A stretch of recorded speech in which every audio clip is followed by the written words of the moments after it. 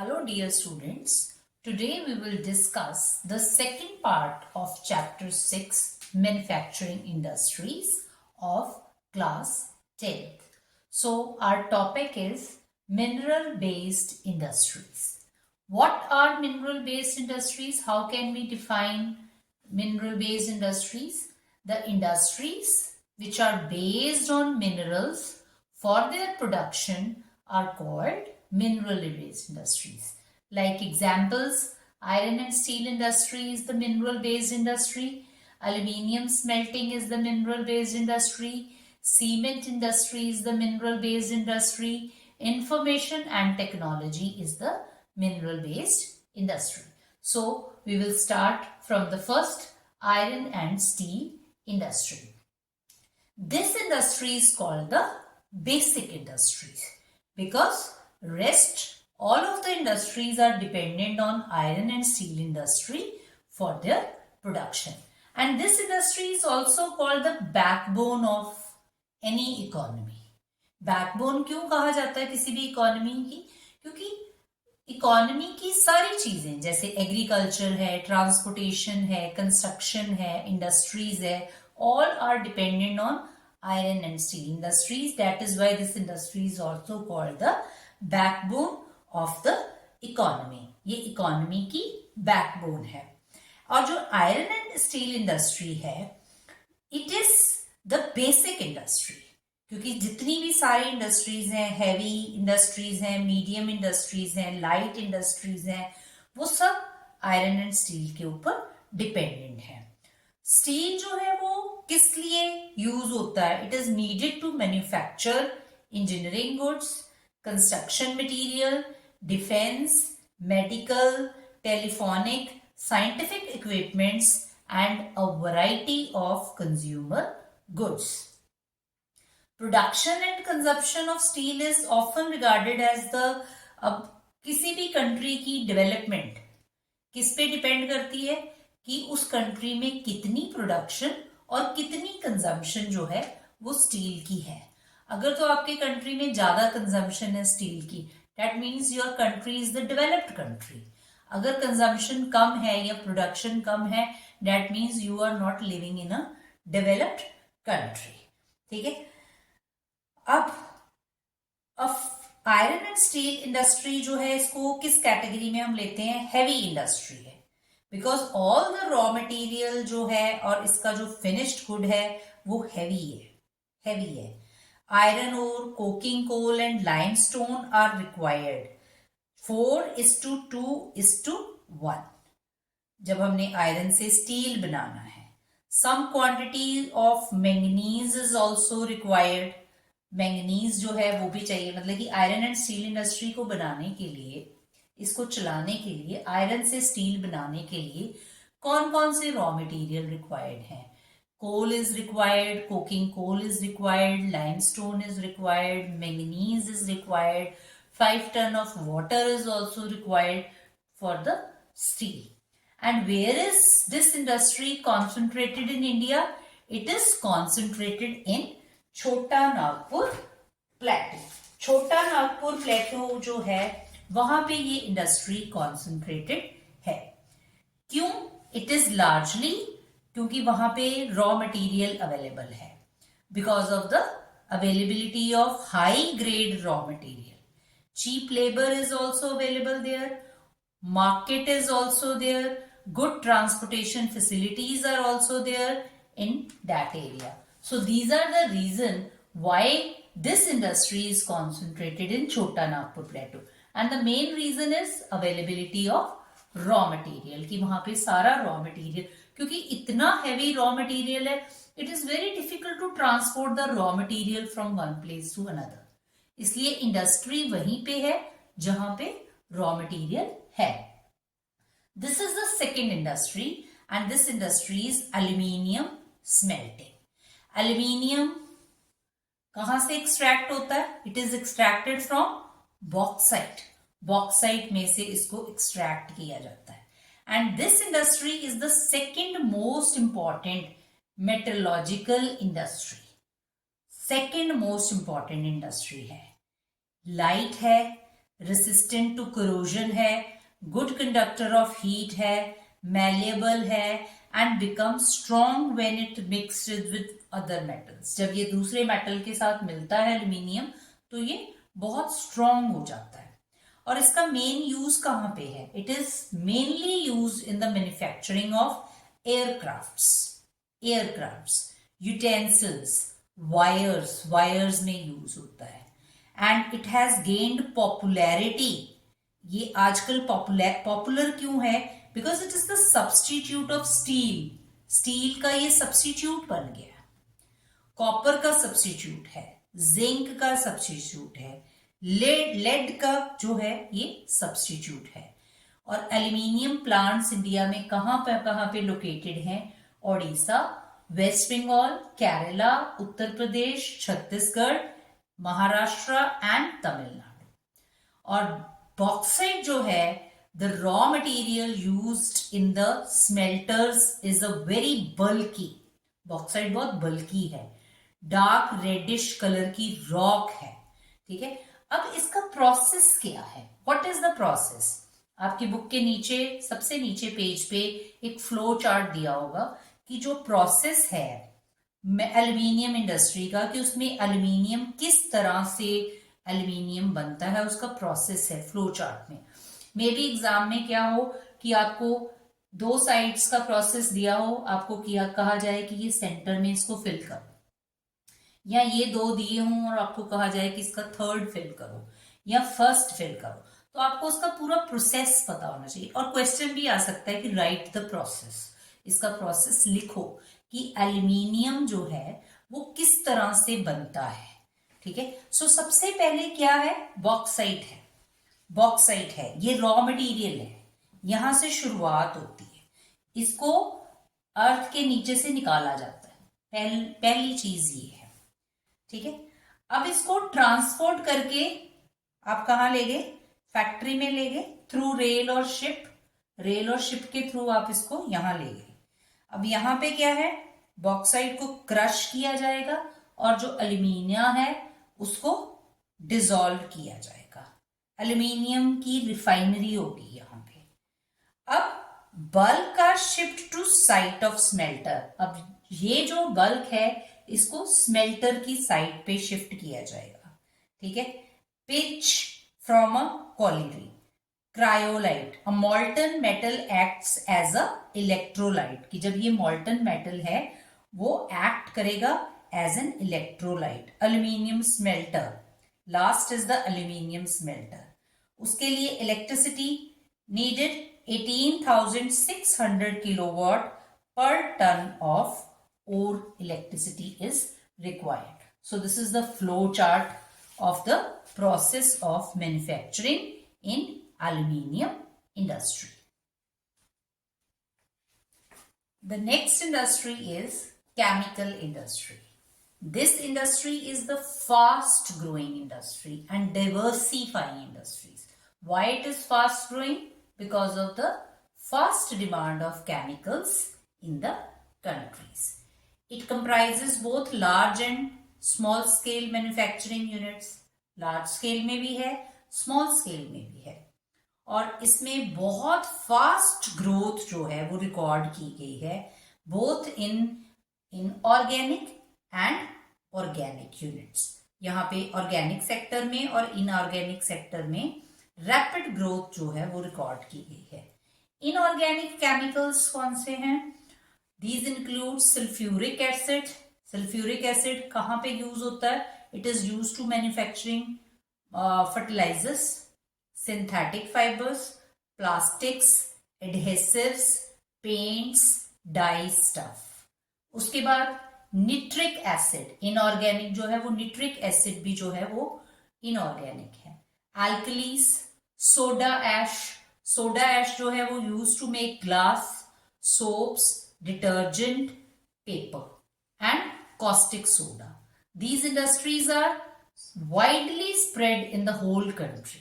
सारे कंट्री में ये जो इंडस्ट्री है वो है। ठीक है, और ऑर्गेनिक केमिकल कौन सा है? Petro, which is used to manufacture synthetic fibers, synthetic rubber, plastics, dyestuffs, drugs, pharmaceuticals. And organic chemical plants are located near all oil refineries or petrochemical plants. और ये जो केमिकल इंडस्ट्री है ये consumer based industry है. Basic chemicals undergo processing to further produce other chemicals that are used for industrial application, agriculture or directly for consumer markets. The next is the fertilizer industry. Fertilizer कहाँ use होता है? Agriculture में. और ये जो industry है centred around the production of ये जो है नाइट्रोजीनियस फर्टिलाइजर्स, मेनली जिसको हम यूरिया बोलते हैं, phosphatic fertilizers and ammonium phosphate DAP and complex fertilizers which have a combination of nitrogen, phosphate and potash. And the third, potash is entirely imported क्योंकि जो country में है पोटाश के जो है वो बहुत ज्यादा रिजर्व्स नहीं है. और ग्रीन रेवोल्यूशन के बाद ये इंडस्ट्री, आफ्टर ग्रीन रेवोल्यूशन ये इंडस्ट्री जो है पूरे कंट्री में स्प्रेड होगी. Gujarat, Tamil Nadu, Uttar Pradesh, Punjab, Kerala contribute towards half of the fertiliser production. Andhra Pradesh में भी, उड़ीसा में भी, राजस्थान में भी, Bihar, Maharashtra, Assam, West Bengal. That means this industry is in the whole country. पूरे कंट्री में ये जो है वो इंडस्ट्री है ग्रीन रेवोल्यूशन के बाद, जब से एग्रीकल्चर थोड़ा डेवलप हुआ है. The next is the cement industry. अब सीमेंट का क्या काम है? It is used for construction activities.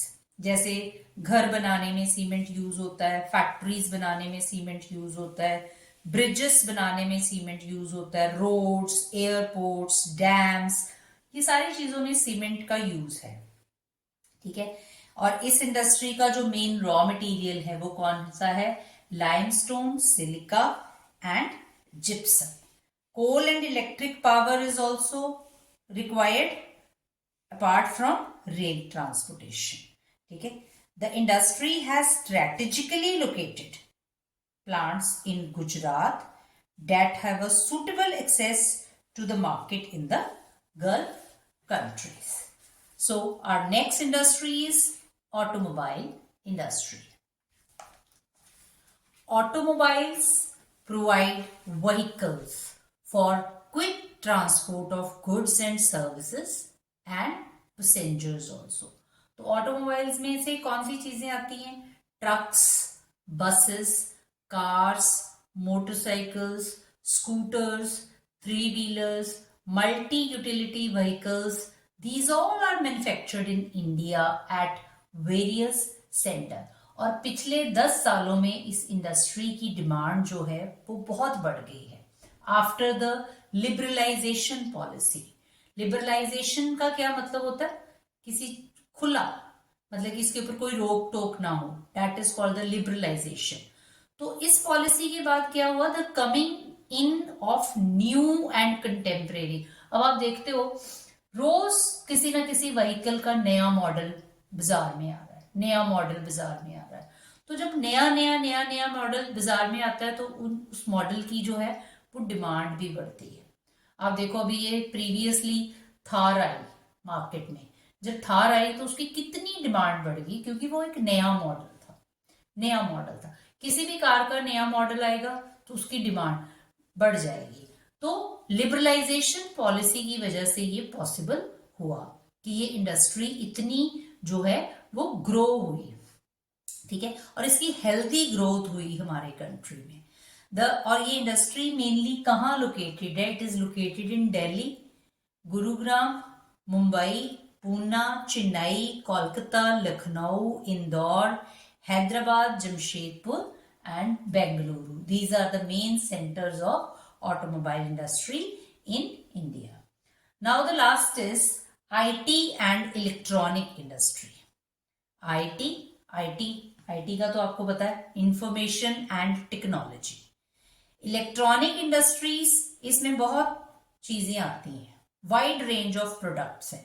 Transistor sets हैं, टेलीविजन है, टेलीफोन है, सेल्यूलर टेलीकॉम है, टेलीफोन एक्सचेंज है, रडार्स हैं, कंप्यूटर्स हैं, ठीक है। वो सारा इस में जो है वो इसी इंडस्ट्री के अंडर जो है वो आता है। और बेंगलुरु जो है इंडिया में, it is called the electronic capital of India, और बेंगलुरु को सिलिकॉन वैली ऑफ इंडिया भी बोला जाता है। सिलिकॉन वैली कहाँ पे? It is actually in USA. तो वो silicon valley is famous in the world, और इंडिया में सिलिकॉन वैली की तरह कौन सा एरिया फेमस है? बैंगलोर। जब भी आप आईटी का नाम लोगे तो आपके माइंड में सबसे पहला जो शहर आएगा वो होगा बैंगलोर। बैंगलोर में आईटी जो है वो इंडिया में सबसे ज्यादा है। एंड सबसे ज्यादा एम्प्लॉयमेंट जनरेशन आज की डेट में जो है वो इसी इंडस्ट्री में है, ठीक है। And it is concentrated in Delhi, it is concentrated in Mumbai, Gurugram, Chennai, Hyderabad. ये जो है these are all the IT hubs of India. Software technology parks जो हैं वो यहाँ पे हैं। सॉफ्टवेयर टेक्नोलॉजी पार्क्स आपको मैप में भी मार्क करवाए जाएंगे, उसमें आप देखना कि सॉफ्टवेयर टेक्नोलॉजी पार्क्स इंडिया के कहाँ पे। और इसका जो कॉन्टिन्यूइंग ग्रोथ है hardware and software, it is the key to the success of the IT industry in India. आज की डेट में आप देखो, जो भी स्टूडेंट नॉन मेडिकल पढ़ता है उसका सबसे बड़ा एम क्या है? इंजीनियरिंग। और इंजीनियरिंग में जो है वो सबसे आज की डेट में टॉप पे ब्रांच कौन सी? हर बच्चा कौन सी इंजीनियरिंग करना चाहता है? Computer science engineering. He wants to become the software engineer, he wants to become the data science engineer।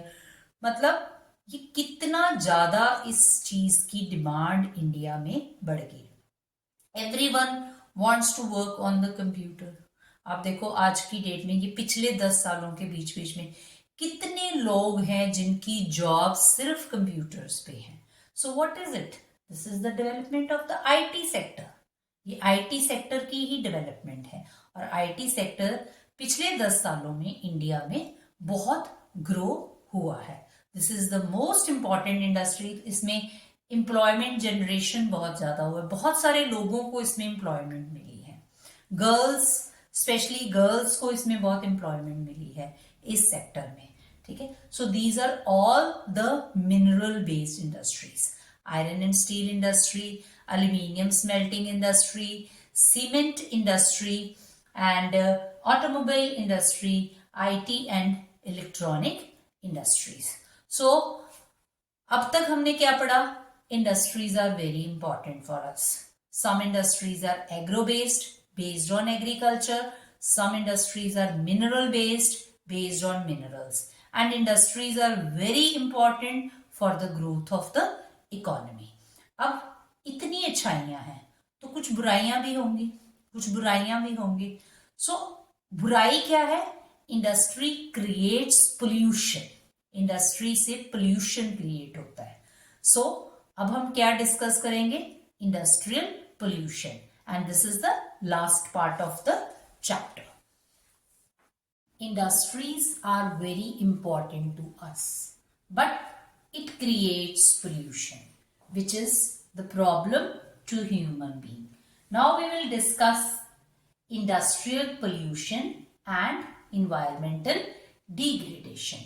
Industries create various types of pollutions. These are the names of the pollutions which the industries create: air pollution, water pollution, thermal pollution and noise pollution. ठीक है, ये अलग अलग तरह के pollution हैं जो industries की वजह से क्रिएट होते हैं। Number 1 is the air pollution. It is caused by the presence of high proportion undesirable gases. अब undesirable gases कौन सी हैं? Sulphur dioxide and carbon monoxide. तो ये इंडस्ट्रीज के थ्रू जो है वो एयर में जाके मिक्स होती है, ये दोनों गैसेस। एयरबोर्न पार्टिकुलेट मटेरियल्स जो हैं that contains both solid and liquid particles, like dust है, स्प्रे मिस्ट है, स्मोक है। स्मोक जो है it is emitted by chemical and paper factories, brick kilns, refineries, smelting plants and burning of fossil fuels in factories.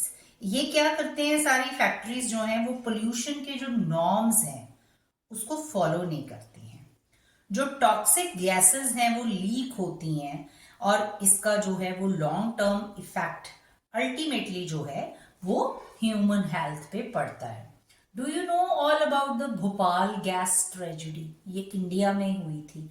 Bhopal gas जो है वो tragedy की, वहां से गैस लीक हुई थी जिसकी वजह से बहुत सारी डेथ्स हुई थी. और जो एयर पोल्यूशन होता है ये एडवर्सली ह्यूमन हेल्थ को इफेक्ट करता है, एनिमल्स को इफेक्ट करता है, प्लांट्स को इफेक्ट करता है, बिल्डिंग्स को इफेक्ट करता है एंड एनवायरमेंट को इफेक्ट करता है. सो दीज आर, मतलब कि कौन सी इंडस्ट्रीज हैं जिनकी वजह से एयर पोल्यूशन होता है और एयर में क्या क्या चीजें मिक्स हो जाती हैं और उसका ह्यूमन हेल्थ पे क्या इफेक्ट पड़ता है. ठीक है. And this question is also very important from the examination point of view. Examiner ये सोच के ये क्वेश्चन डालता है कि this is the very easy topic for the students कि इंडस्ट्रियल पोल्यूशन पे कोई भी बच्चा लिख सकता है. It is very easy to write on the pollution.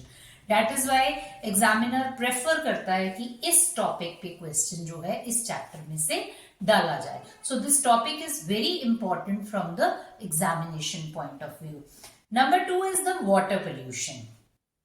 Water pollution जो है वो किस वजह से होता है? Due to organic and inorganic industrial waste जो कि रिवर्स में जाके जो है वो मिलते हैं. इसमें जो मेन कैल्प्रिट्स इंडस्ट्रीज हैं जिनकी वजह से वाटर पोल्यूशन होता है वो है paper industry, pulp industry, chemical industry, textile industry, dyeing, petroleum refineries, tanneries. These are the industries which create this type of pollution. ठीक है. Plastic, rubbers into the water bodies, fly ashes, phosphogypsum. ठीक है. ये जो है वो solid waste हैं जिनकी वजह से water pollution होता है. Number 3 is the thermal pollution.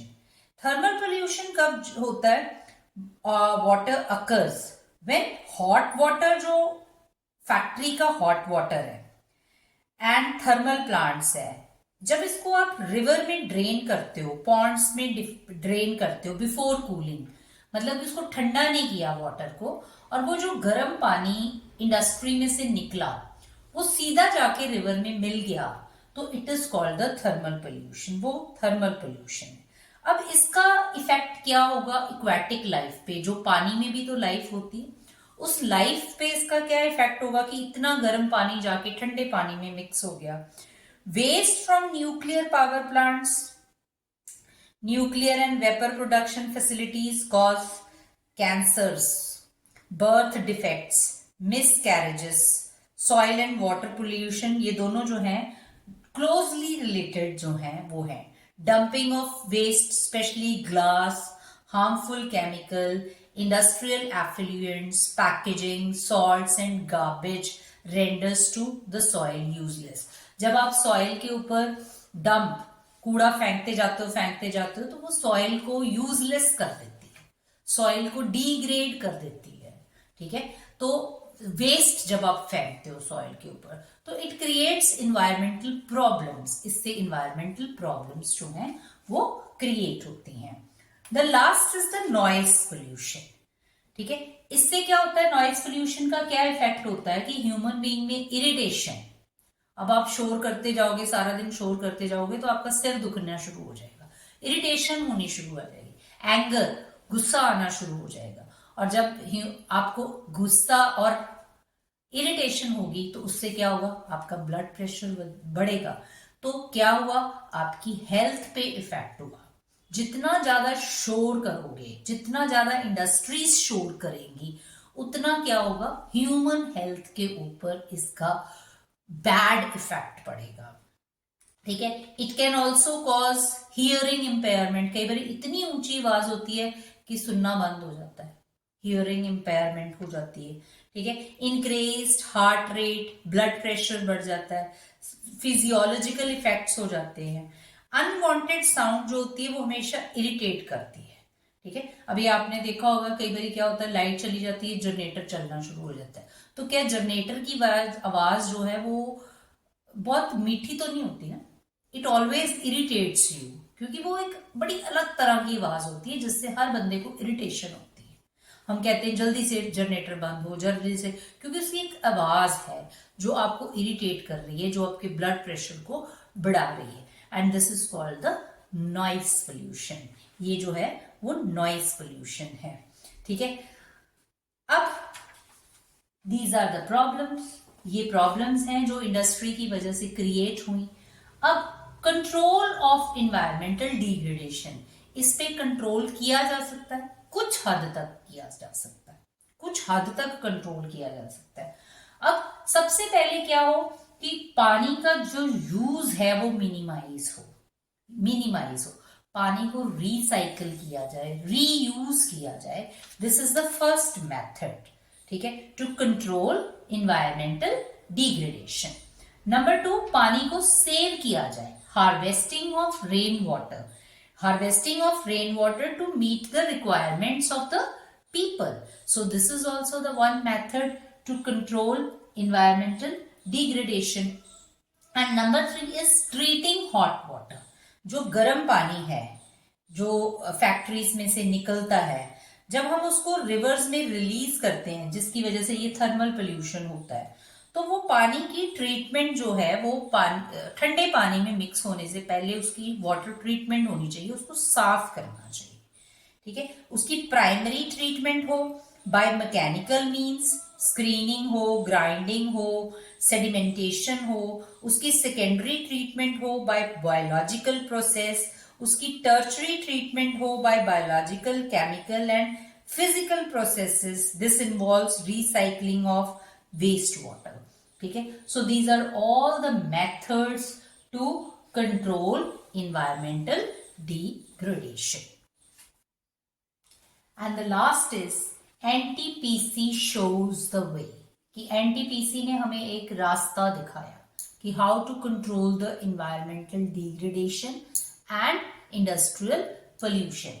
What is the full form of NTPC? NTPC means national thermal power corporation. ये पावर प्रोवाइडिंग कॉर्पोरेशन है इंडिया में, पावर प्रोवाइडिंग कॉर्पोरेशन है इंडिया में NTPC, national thermal power corporation. ठीक है। It has the ISO certification, इसको ISO से certification मिली हुई है for EMS. ISO means international organisation for standardisation. For EMS, EMS means environmental management system. ठीक है। The corporation has a proactive approach, इस कॉर्पोरेशन की एक प्रोएक्टिव अप्रोच है for preserving the natural environment, कि नेचुरल इन्वायरमेंट को किस तरह से सेव करना है, रिसोर्सेज को कैसे बचाना है, लाइक वाटर है, ऑयल है, गैस है, फ्यूल है, where in places where it is setting up power plants.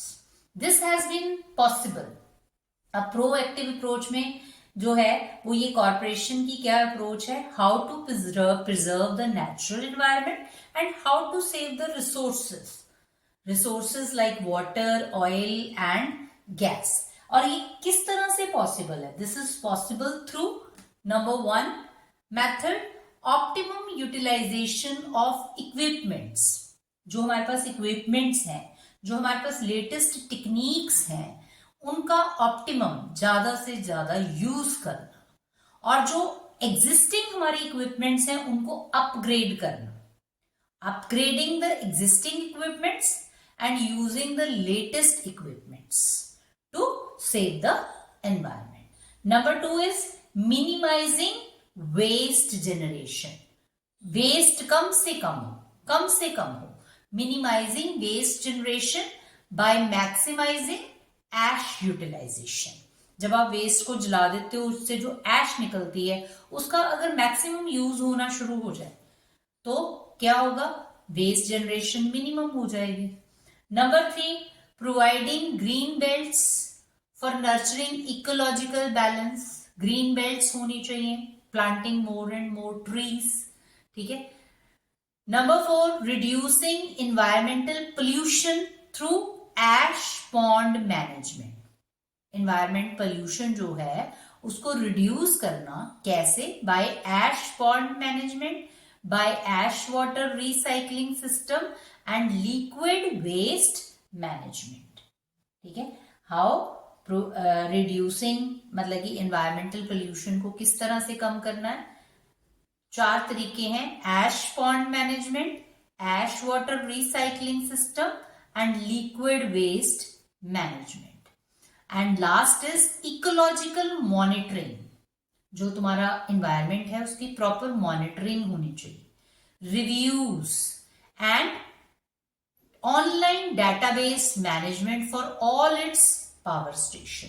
उसका ऑनलाइन जो है वो डेटाबेस, मतलब कि हमारा जो इको एनवायरमेंट है उसकी प्रॉपर मॉनिटरिंग होनी चाहिए कि एनवायरमेंट जो है इस टाइम पे उसका जो है एयर पोल्यूशन कितना ज्यादा है कितना कम है, वो उसका एक मॉनिटर सिस्टम होना चाहिए। आजकल तो आप देखते होंगे आपके मोबाइल फोन्स पे आ जाता है कि हमारी जो हवा है वो इतनी जो है वो उसका जो लेवल है वो हाई हो गया पोल्यूशन का, उसमें पोल्यूशन का लेवल कम हो गया। तो वो क्या है, it is called the online monitoring, database monitoring. वो डेटाबेस जो कि हमारे एनवायरमेंट को मॉनिटर कर रही है, क्योंकि अगर मॉनिटरिंग होती रहेगी तो हमें पता चलता रहेगा कि where is the problem. So this is all about the chapter manufacturing industries. ठीक है, and the last topic pollution, it is very important for the examination point of view. So thank you very much, students.